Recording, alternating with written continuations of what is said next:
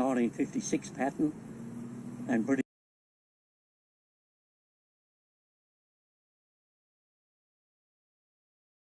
1956 pattern and British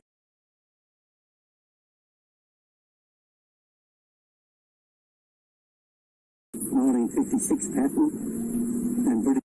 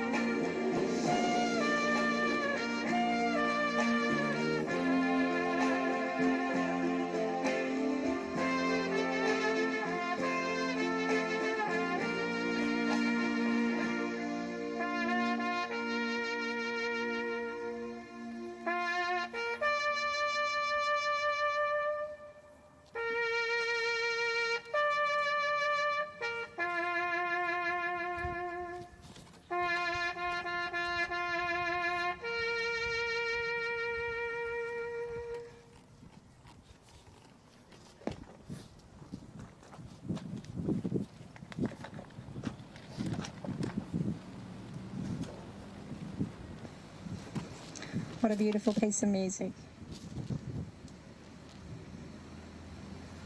In the late hours of the night, we can create our own galaxy. Every fear, every hope, every desire you shared now becomes the star in your sky. It won't take long to light up the sky with your own constellations. Bill Sheean loved physics, NASA, space and the planets. Our planet's special feature was Bill. He was one of the good guys. He was a man who left a mark on everyone he met. However, these are not the only things that sum up this incredible man. There are lots of other personal qualities that characterise Bill, some of which are so ingrained in who he was that you couldn't think of him not exhibiting them. Proud, honest, generous and hardworking. These are just to name a few.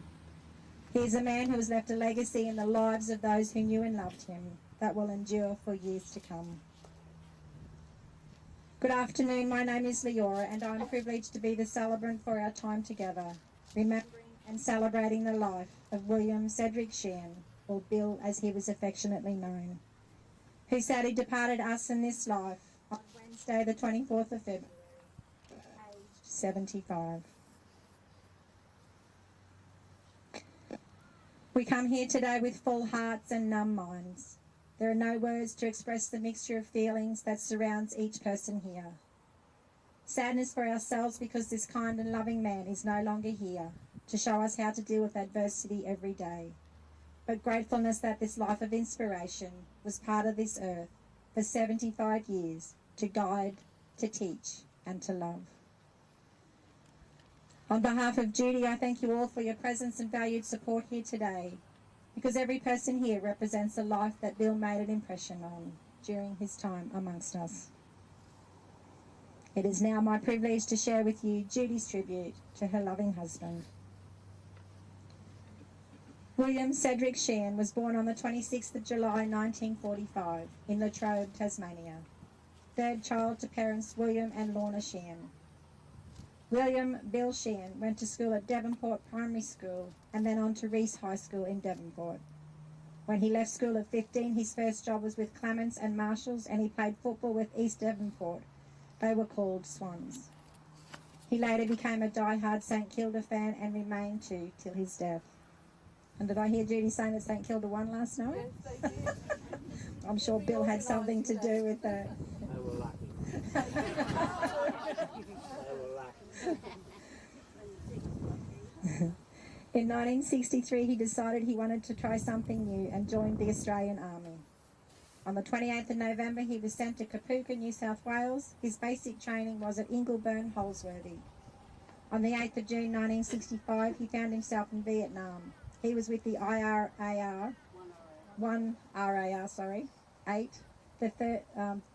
8 Platoon Charlie Company. The very first two were attached to the 173rd Airborne from the USA. On the 3rd of June 1966, he arrived home with his mum waiting for him at the airport, holding a bottle of milk, which he had requested.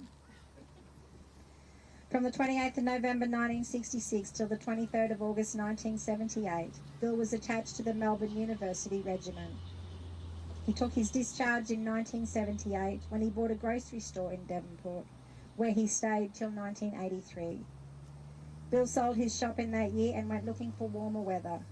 He arrived in Cairns, where he took a position of running Clifton Beach Caravan Park and Servo, which he did for 2 years. In 1985, he found himself divorced, and with his children grown up, he applied for a position at Freemasons Nursing Home as a maintenance person. Little did he know he was about to meet the love of his life. Judy came to Freemasons Nursing Home in 1990. Bill and Judy were inseparable from day one. It was love at first sight for both of them. In 1996, they decided to have a change, and they went home to Bill's Tassie and then Melbourne, eventually back to Brisbane for a couple of years. Then they finally bought a house in Townsville, where Bill finally convinced Judy to marry him. So on the 30th of September 2000, on Magnetic Island, they were married in a garden ceremony at sunset. They lived happily in Townsville all the while renovating their home. Judy had only just finished putting her dream kitchen in when Bill said, "Well, that was fun, let's do it again, somewhere else." Bill, as always, could talk Judy around, and together they bought a home in Howard, where he lived till his death. Throughout his working life in its many forms, his hard-working hands and his golden heart, he was always putting others' working life he was putting others ahead of himself, but always brought intellect, work ethics and commitment to everything he did. William was a gentleman. He was also a husband, father, grandfather, brother, uncle and friend. On a personal note, I was so happy that you were able to see your Uncle Ted receive his Victoria Cross for his gallant actions in World War II. Thank you, William, for a wonderful life. It has been a privilege and honour to walk beside you, holding your hand. So get on now and fly on those angel wings. I love you and thank you. Judy.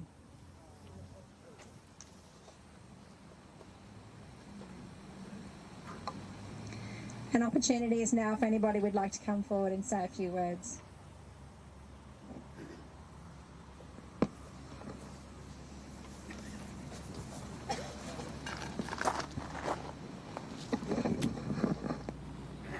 Judy, on behalf of the Gower Rods, it's with our deepest sympathy we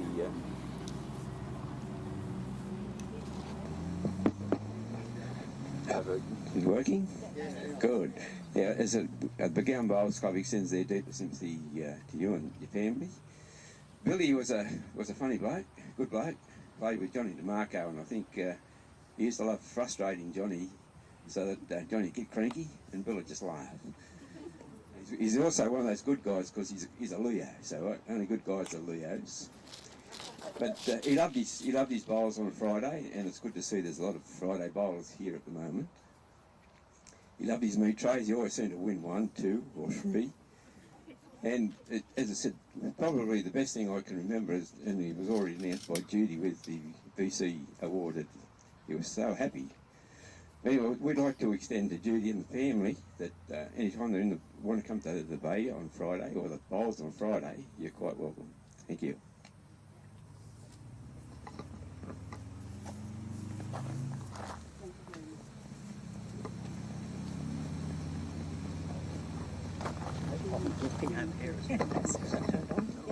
Thank you.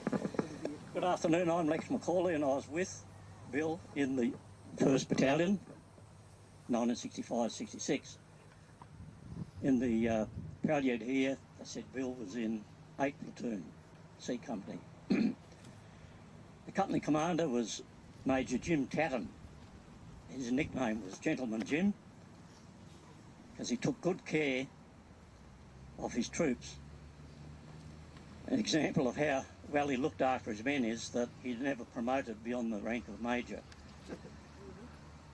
We were in a very bad place in October 65, with mines and booby traps everywhere, and 8th Platoon had 17 casualties. If you're not wearing service ribbons, I'll explain that a platoon is about 27 people. After that, the remaining men of 8th Platoon were merged with another, so there'd be a reasonable force to operate with. We were the first formed army unit to go to Vietnam.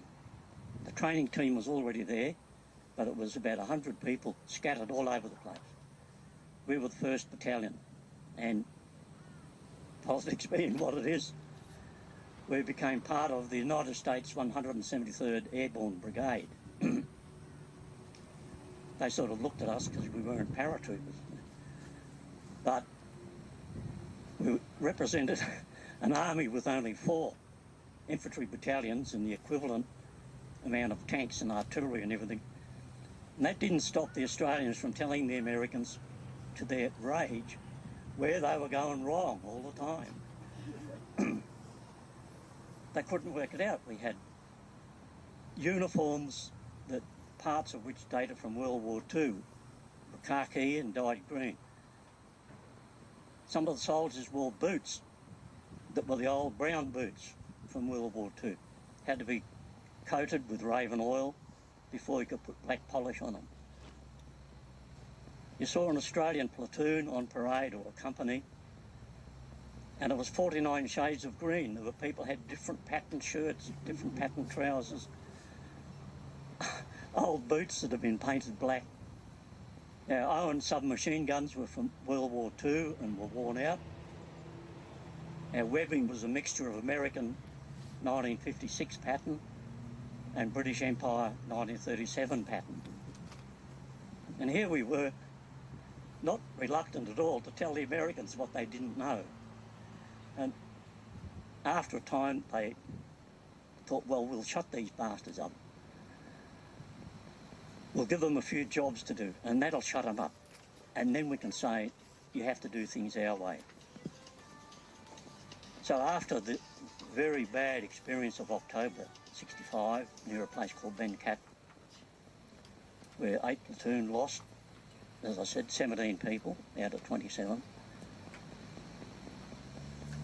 We came to a place where there was a rice valley with 2 towns in it, and the Americans thought, we'll give these guys the hard job of chasing the Viet Cong out of these towns, and they'll fail, and they'll ask us to help. Much to their surprise, we did it successfully. We didn't destroy the villages with artillery and airstrikes. We went in there using Australian infantry tactics, chased the bad guys out, and C Company led the attack on the 2nd village and did something completely different. Instead of going around in the jungle, C Company mounted up in armoured personnel carriers and General Patton would have been proud, went straight down the main road to the front gate, opened the gate, went in, chased the bad guys away. Anyway, without talking so much about what we did, our experience in 1965-66 was completely different to that of the task force. We arrived at Viennois and operated all over what was then called the 3 Corps Tactical Zone. We're down in the Mekong Delta in the rice paddies. We're up near the Cambodian border. We're over on the east, liberating villages in the Langar Valley, plus other places.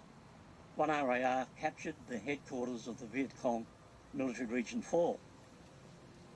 It was a mistake. We weren't supposed to land on top of them. The Americans put us in what they thought was a nice, safe place there. Unfortunately, for a lot of people, we landed almost on top of a Viet Cong headquarters and captured an unbelievable amount of documents. After we recovered from that, we did several other operations, and as has been said, in June 66 came back. Bill came back, got out of the army and went on into a career in civilian life. But as an infantry soldier, Bill was there taking part in all the activities of the battalion and was at the operation around Ben Cat when the platoon lost 17 out of 27. Thank you.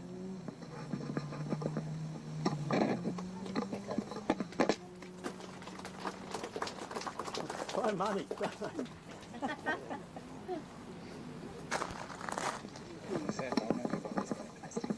Okay. Hi, my name is Phil. I'm Bill's better-looking brother, as we used to always argue about when he wasn't cheating at cards. I just wanted to say one thing for those that don't know. Bill has been a soldier for most of his life. It's time to stand down, Digger. You've done your duty and you've done us proud, and we love you and we're going to miss you. So thank you, brother, for being in my life.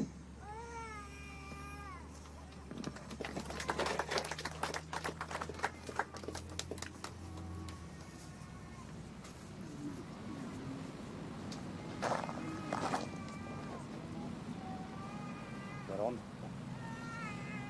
G'day. Can you hear me?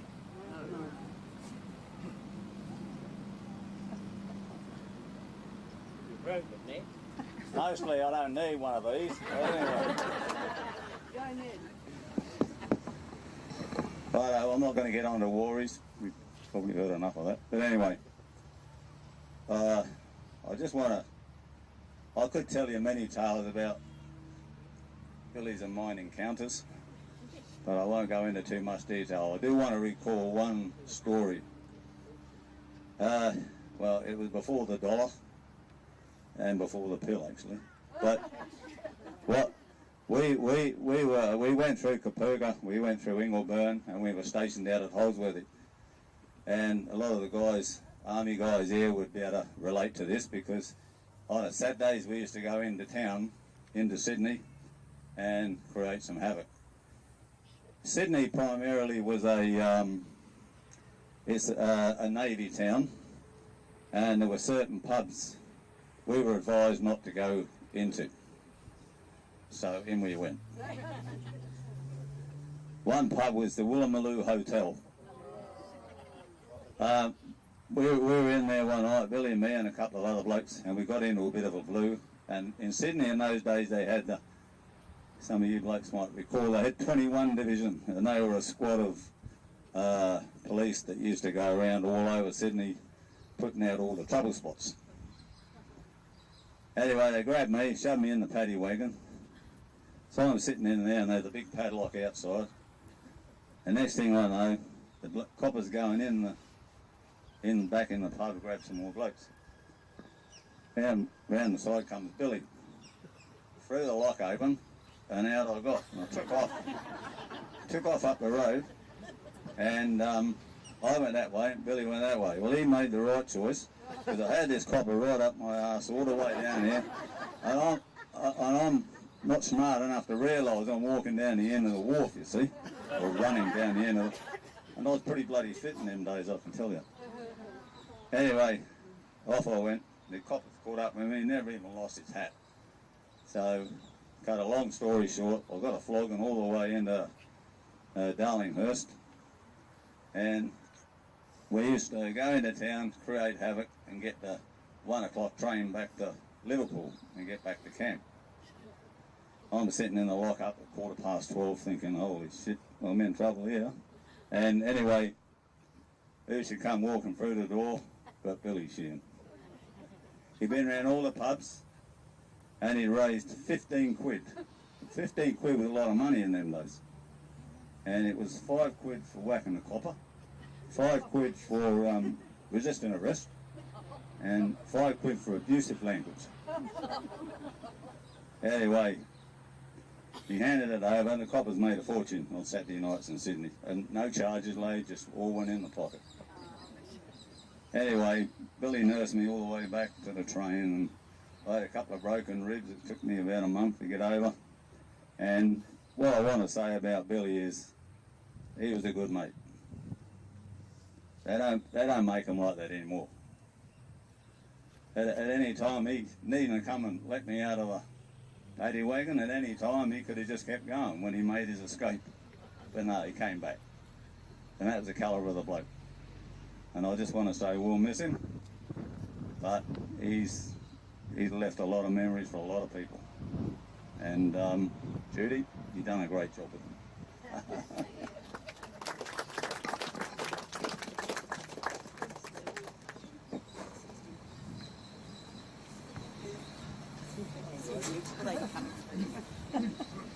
How you doing?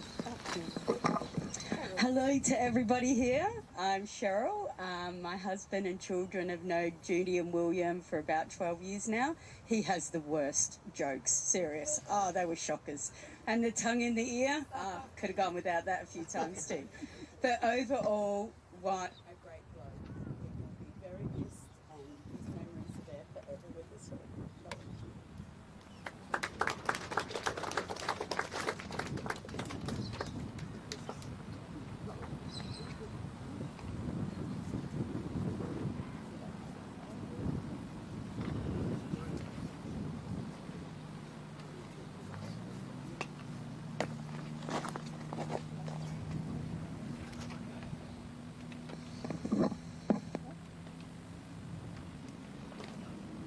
Good afternoon, everybody.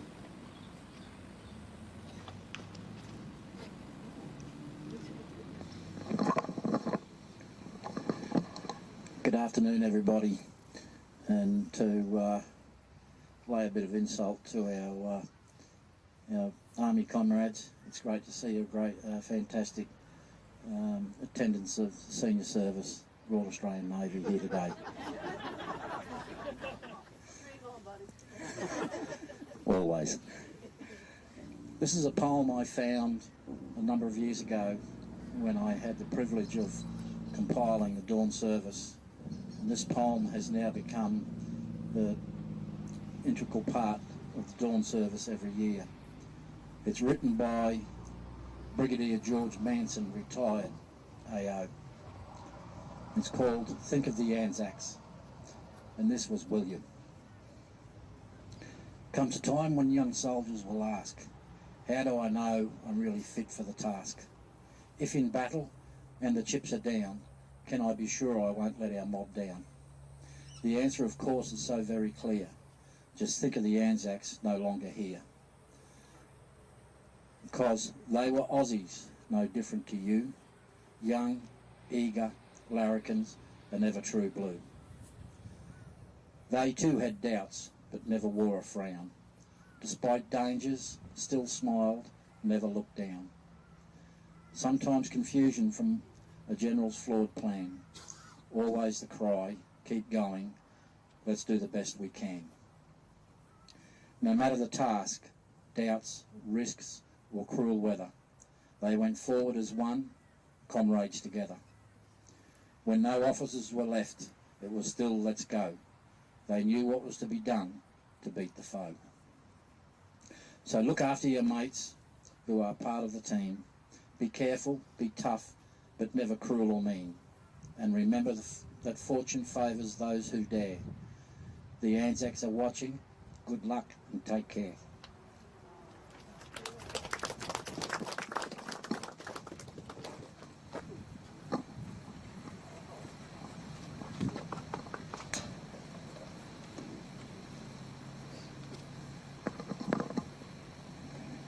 Thank you for all those tributes. I'm sure Bill would be chuffed with all the nice words that have been said about him today. Bill was a gentle person. He was a gentleman.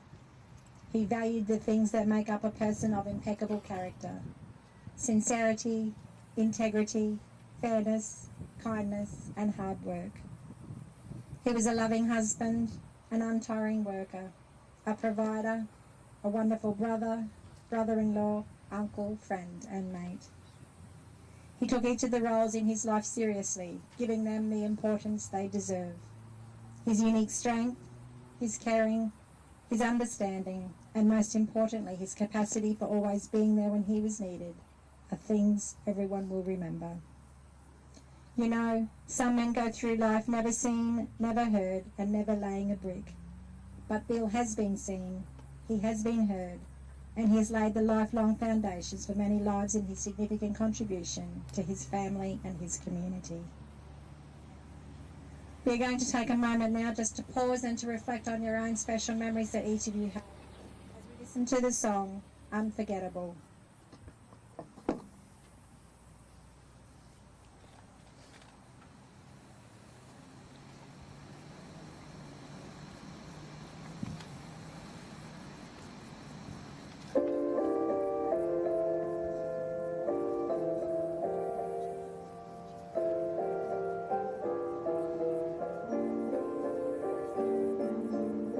Unforgettable,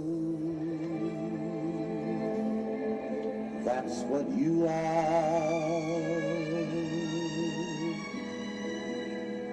Unforgettable, though near or far, like a song of love that clings to me. How the thought of you does things to me never before. Has someone been more unforgettable in every way? And forevermore, that's how you stay. That's why, darling, it's incredible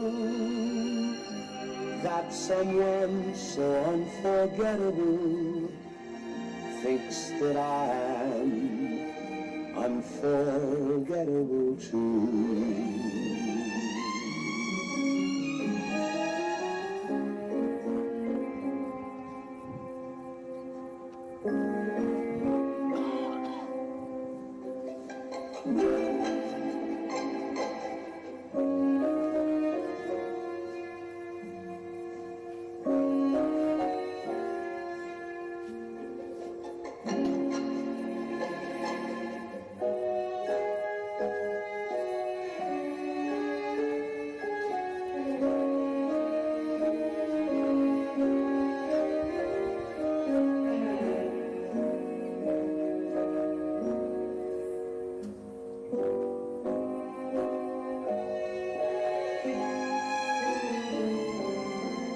Unforgettable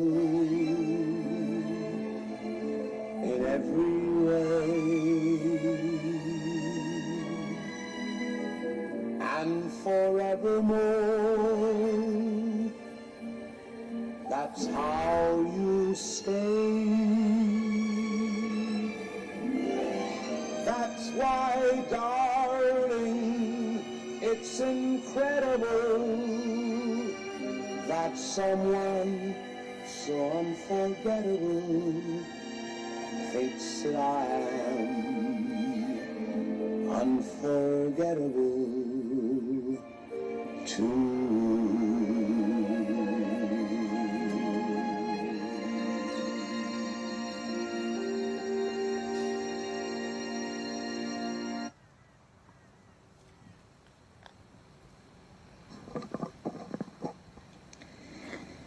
It's only natural that we should be sad today, because in a practical sense, Bill is no longer a part of our lives.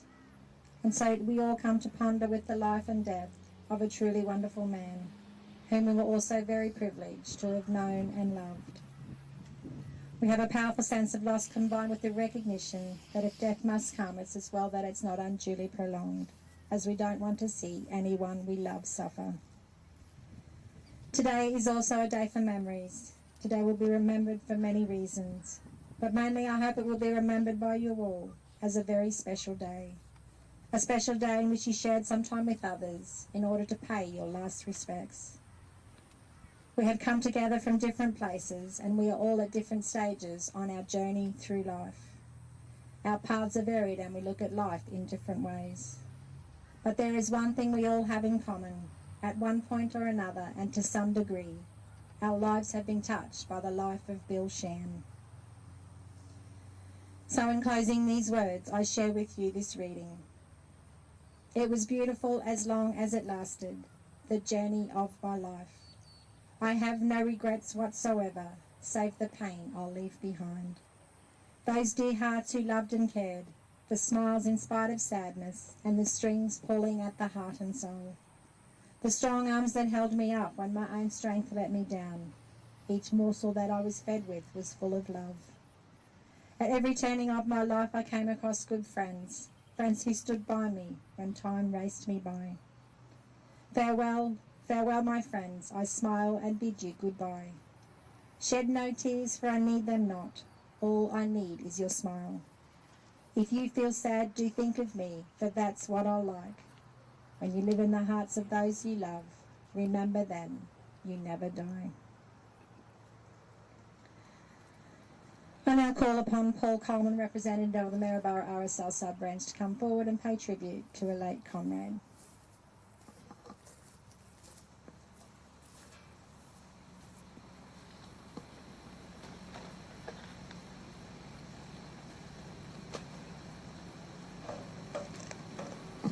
Thank you. Good afternoon, ladies and gentlemen. My name is Paul Coleman. I'm the President of the Maryborough RSL. We're assembled here today to pay tribute to my comrade, Bill Sheean. Now, Bill served in the Royal Australian Infantry from November 1963 till November 1978, and then in the Army Reserve Unit from 75 until 78. He served in both the 1st and the 5th Battalions and was with 1 battalion in Vietnam in 1965. I didn't know Bill, but it's a small world because the 1st Australian Armoured Unit in Vietnam was from A Squadron 4th 19th Prince of Wales Light Horse, which was an Army Reserve Unit in Melbourne with a regular Army Squadron unit. My father was the CO of that unit.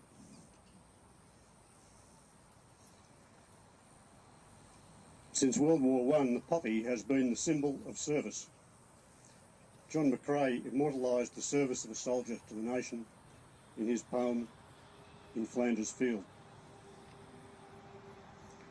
In Flanders Field the poppies blow, beneath the crosses row on row that mark our place. And on high the larks still bravely singing, scarcely heard beneath the guns below. We are the dead.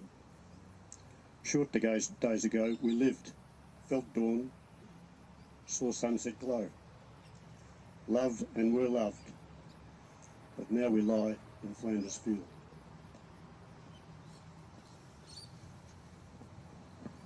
The poppy is a link between our comrade Bill and those of us who remain, and today we place a poppy in remembrance of Bill.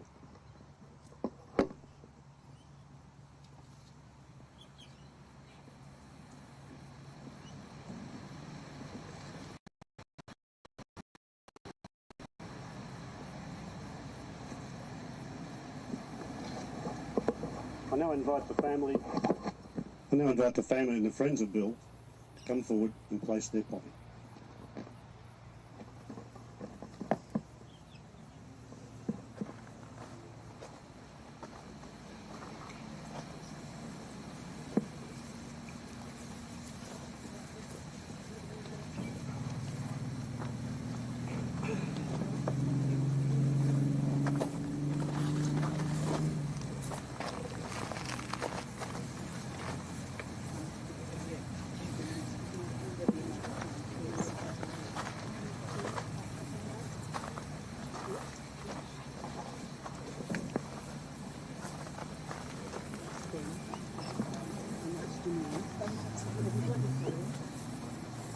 I'll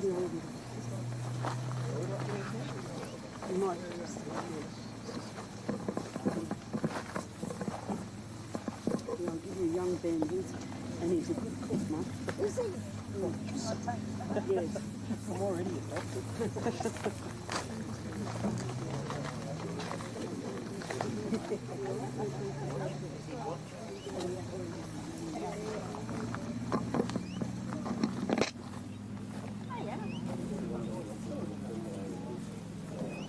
Yeah, I'm still.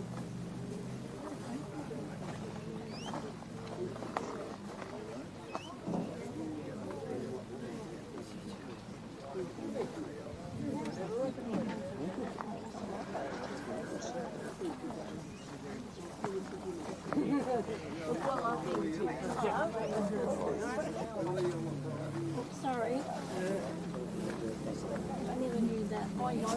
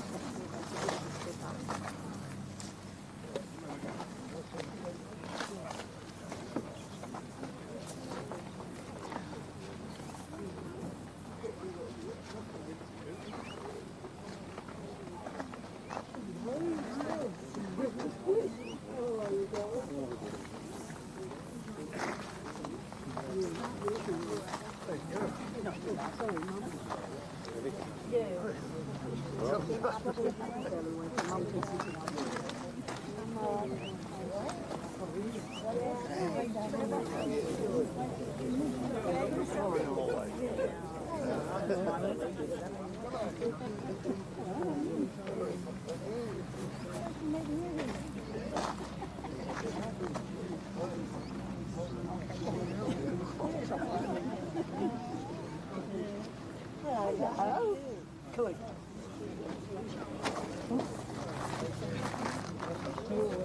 Yeah, I know.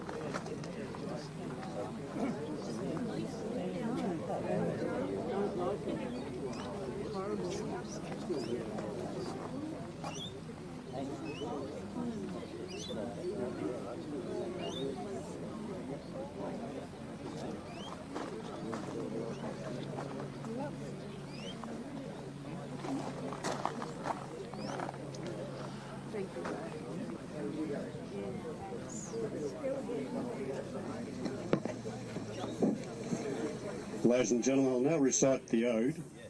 This will be followed by the last post, 1 minute silence, and then rouse.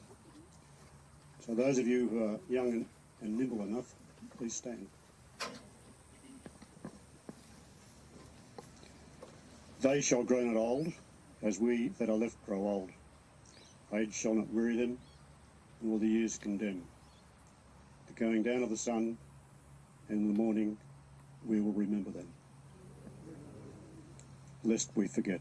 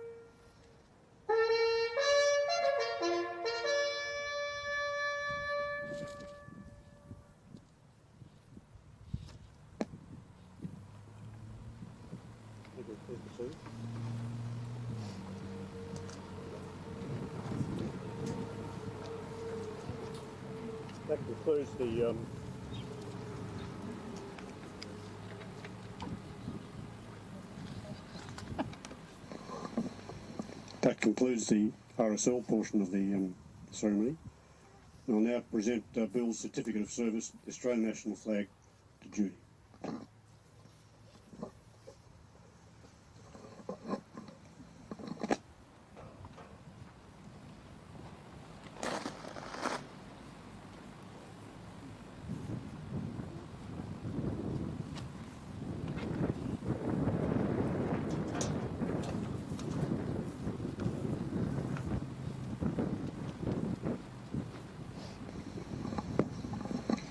Thank you, Paul.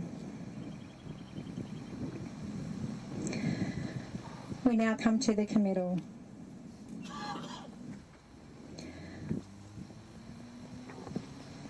Yeah, we'll get them up.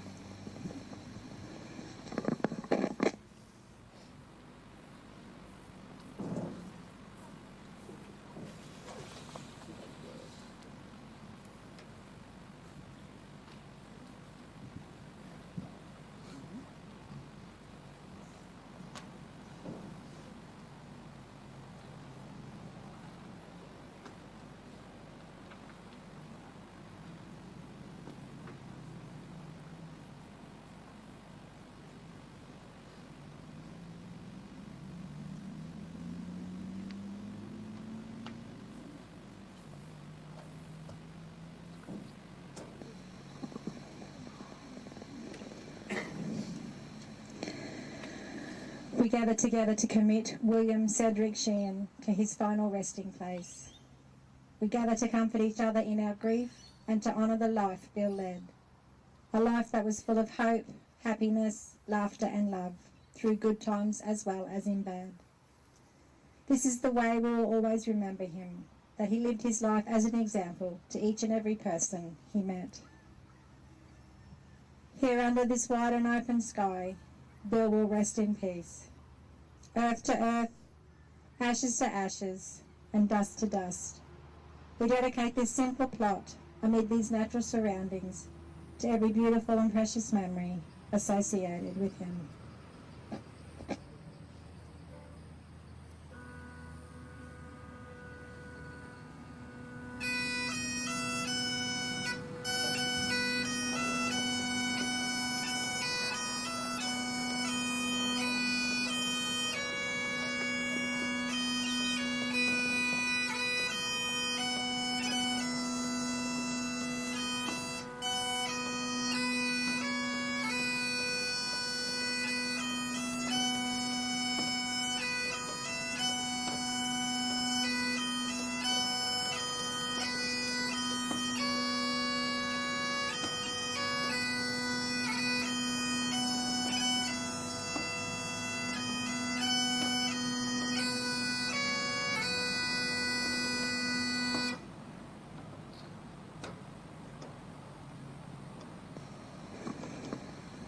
Thank you to our piper. Our music failed here, so thankfully we can play it. Thank you.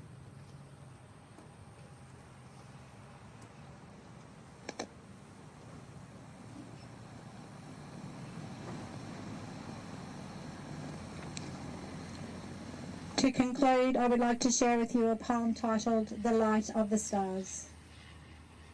The night is come, but not too soon, and sinking silently, all silently, the little moon drops down behind the sky. There is no light in earth or heaven but the cold light of stars, and the first watch of night is given to the red planet Mars. It is the tender star of love, the star of love and dreams. I know from that blue tent above a hero's armour gleams, and earnest thoughts within me rise when I behold afar, suspended in the evening skies, the shield of that red star. O star of strength, I see thee stand, and smile upon my pain. Thou beckonest with thy mailed hand, and I am strong again. And thou too, whosoever thou art, that readest this brief psalm, as one by one thy hopes depart, be resolute and calm. O fear not in a world like this, and thou shalt know ere long, know how sublime a thing it is to suffer and be strong. Bill has now gone forward to a beautiful place to spend all of his tomorrows. We must realise those we've loved as a relative or a friend, although their earthly existence has now come to an end. In time, we'll meet with them once more, and no reunion could be greater. So for now, Bill, we will not say goodbye. We'll just say, see you later. To Judy and family, our deepest sympathy to you all, and to everyone here today, again on behalf of the family, I thank you for your attendance, and extend an invitation to you all to join them in light refreshments and a further sharing of memories at the Maryborough crematorium. So those of you who are parked here, if you just go out the main gate here and then just take a right down the drive and then head over to the crematorium. Hopefully there'll be some nice cold drinks there. An invitation is now offered if anybody would like to come forward and place some sand in the grave. Thank you.